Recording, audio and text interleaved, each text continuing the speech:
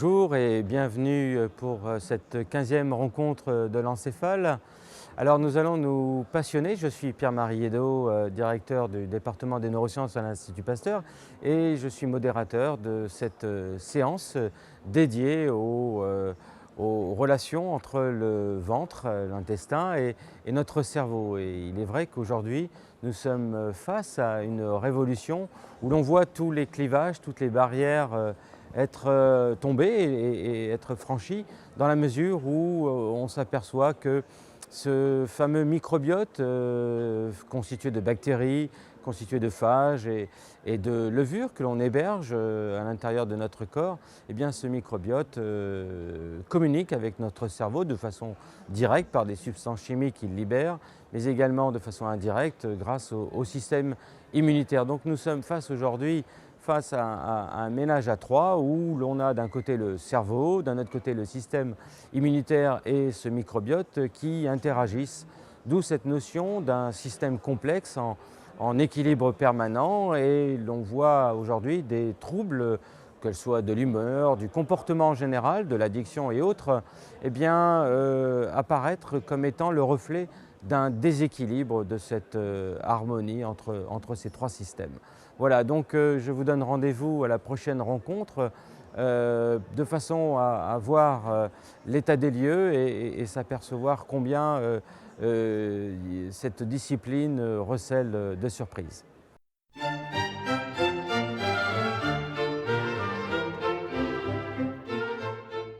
Bonjour, je suis le docteur Bembacha Mouloud, je suis psychiatre au CHI de Clermont-de-Loise en Picardie. C'est pour la 5e fois que je participe au congrès de l'encéphale ici à Paris.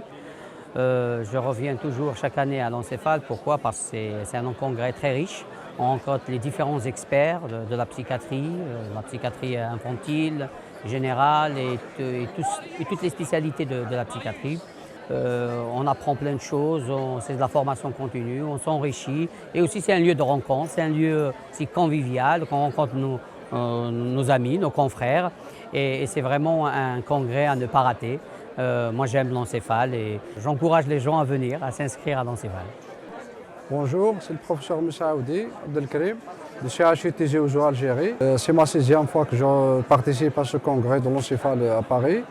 Ça constitue un espace d'échange scientifique entre nos collègues. On rencontre nos collègues aussi de différents pays du Maghreb, de France. Les thèmes choisis pour cette année, je trouve qu'ils sont très intéressants et qui sont des thèmes aussi d'actualité. Donc ça nous fait toujours plaisir de revenir à Paris.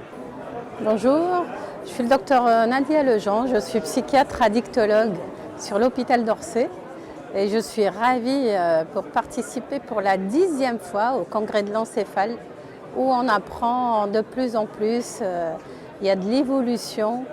On a été vraiment très surpris cette année parce qu'on a de l'innovation et ça c'est vraiment très très bénéfique pour tous les psychiatres qui viennent participer à ce congrès et on remercie énormément les organisateurs. Voilà, donc j'espère revenir l'année prochaine. Je suis docteur Bouel Mbamed, psychiatre. Je travaille à l'hôpital de Pontoise, en région parisienne.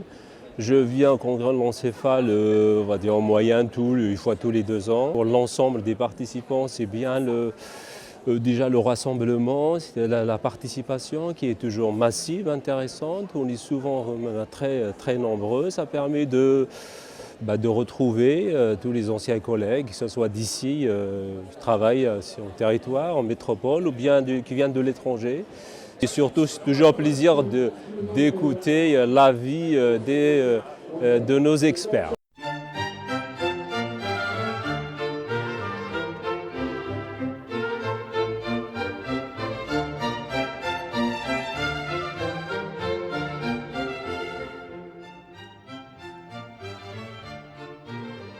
My name is Jin Mali. I'm a professor at the University of Sydney, Australia, and I have come to attend l'encéphale. I'm really grateful to my good friend Marc Masson and the organising committee for inviting me and participating in a symposium on lithium. And the organization has been fantastic. There have been no hiccups, and the meeting is extremely stimulating and very well attended. And the sessions have been very well attended by the attendees, but at the same time, lots of interesting questions, and it's a very dynamic and vibrant meeting. Obviously, it's also being held in Paris, which has its added advantages. You know, it's a wonderful city to be in, and it's great to be in France, though the weather is somewhat cold. But I once again would like to thank the organisers for having me as a guest speaker, and I'm looking forward to giving my talk this afternoon on lithium alongside Chantal Henry and Marc Masson. Thank you. Je suis le professeur Tapti Medjid, je viens d'Algérie, je suis chef de service à l'hôpital psychiatrique Mahfoud Bouspsi de Cheraga. Je m'occupe des enfants et des adolescents, et cela depuis 2 années.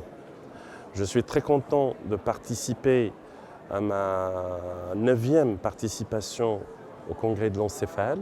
C'est un grand plaisir de me retrouver avec mes confrères présents au sein de cette conférence. Les échanges sont particulièrement très fructueux. À partir du moment où les échanges sont d'ordre pédagogique, universitaire, scientifique. Là, c'est devenu quelque chose de très intéressant. À partir du moment où on fait une addiction à l'encéphale, on ne peut pas ne pas venir. Je vous remercie. Bonjour, je suis le docteur Louise-Émilie Dumas, je suis assistante de pédopsychiatrie aux hôpitaux pédiatriques de Nice CHU Lamval et je présente une étude qui s'appelle l'Enfant-Physalis qui s'intéresse à l'influence des marqueurs sociaux et émotionnels sur l'impact des hallucinations auditives chez les enfants et adolescents non psychotiques, qui est une étude réalisée au sein des hôpitaux pédiatriques de Nice CHU Lamval et en partenariat avec l'hôpital Necker de la PHP. Nous nous sommes intéressés à l'influence des marqueurs sociaux et émotionnels sur la présence et la persistance des hallucinations chez les enfants et les adolescents non psychotiques. Cette étude nous a permis de mettre en évidence que ces facteurs sociaux et émotionnels ne participent pas significativement à la présence et à la persistance de ces hallucinations, mais par contre, les éléments d'anxiété et d'agoraphobie, au bout de 6 mois, pouvaient influencer la persistance de ces hallucinations et maintenir également cette anxiété. Bonjour, Patricia Dumazer, étudiante en Master 2 en psychologie de l'enfance et de l'adolescence à Paris 8. Je vais vous présenter l'étude que j'ai réalisée dans le cadre de mon Master 1 l'année dernière, dans lequel nous nous sommes intéressés à l'attachement chez les enfants présentant une déficience intellectuelle et plus spécifiquement aux représentations. Dans celle-ci, nous avons montré que ces enfants montrent des représentations au niveau de l'attachement insécure, avec plus de 60%. Et ce qu'on peut se demander, donc ce que nous avons vu, si cela est dû à des limitations cognitives, mais en même temps, ce que nous avons aussi observé, c'est qu'il y a des enfants, autour de 30% qui montrent des représentations sécures. Donc cela nous incite à nous poser des questions sur d'autres facteurs qui pourraient influencer et nous incite aussi à travailler autour des prises en charge qui pourraient être réalisées au sein des institutions. Bonjour, c'est Dr Aboul Faraj Hafsa, je suis résidente en 4e année de psychiatrie au centre universitaire psychiatrique de Casablanca au Maroc. Avec notre équipe, on a procédé à une étude qui a concerné donc, la recherche de la prévalence de l'addiction chez les étudiants en médecine et on a étudié aussi le style d'attachement chez ces mêmes étudiants. Donc nos résultats ont trouvé que 50% des étudiants qui avaient une addiction avaient un style d'attachement détaché, ce qui concordait avec les résultats retrouvés dans la littérature et qui suggérait un lien entre l'addiction et le style d'attachement détaché. Merci. Bonjour, je suis Stéphanie Van Wallegem, docteur en psychologie, et je vais vous présenter un poster qui est le résultat d'un travail qui a été réalisé en collaboration avec le CMP Avicenne à Perpignan et l'Université Paris 8 par des étudiants du master de psychologie enfants et adolescents. Ce travail s'est intéressé à l'étude des liens entre l'attachement, l'attribution d'intention et le comportement social chez des enfants qui ont des troubles des conduites âgés de 4 à 6 ans, donc des enfants d'âge préscolaire. Et les résultats ont montré des liens significatifs à la fois entre les représentations d'attachement et le comportement social, entre l'attachement et l'attribution d'intention. Donc l'idée c'est que plus les enfants vont être sécures, moins ils auront des problèmes de comportement, et à l'inverse, plus ils sont insécures, plus ils ont des troubles du comportement, donc des troubles des conduites. Et plus ils sont insécures, plus ils vont avoir un biais d'attribution d'intention hostile. C'est-à-dire que plus, quand ils vont être confrontés à une situation de provocation qui va être ambiguë, où ils ne sauront pas si un enfant a fait exprès ou pas exprès de leur causer un dommage, ils vont considérer que l'enfant a fait exprès de leur causer un dommage. Donc les enfants insécures, c'est des enfants qui ont plutôt vécu des expériences d'hostilité, de rejet. Et l'idée, c'est que ces expériences qu'ils ont vécues vont influencer leur interprétation de situations sociales, et notamment de ces situations de provocation ambiguës où ils ne savent pas si l'enfant a fait exprès ou pas exprès d'être provoquant. Bonjour. Je m'appelle Ajaoui Nadia, je suis docteur en psychiatrie du centre universitaire Ibn Rushd à Casablanca, Maroc. J'ai participé avec mon équipe, Dr Falah, Dr Bellaoui et professeur Agoub, tout en présentant un travail sur la dépression du sujet âgé. Est-ce un prodrome ou facteur de risque de démence? Et pour cela, on a pris un cas clinique d'une patiente âgée de 70 ans et qui a comme antécédent de dépression et qui a présenté actuellement un syndrome dépressif associé à un syndrome démentiel et présentant également des troubles cognitifs. Et cela pour expliquer, pour dire qu'il existe un lien fort entre la dépression et la démence. Et ceci peut rendre compte de 3 situations cliniques différentes. C'est la comorbidité des 2 processus dépressifs et démentiels, la dépression tardive qui annonce un mode d'entrée dans un processus démentiel, et la dépression précoce qui peut être un facteur de risque d'évolution ultérieure vers un syndrome démentiel. Merci. Bonjour.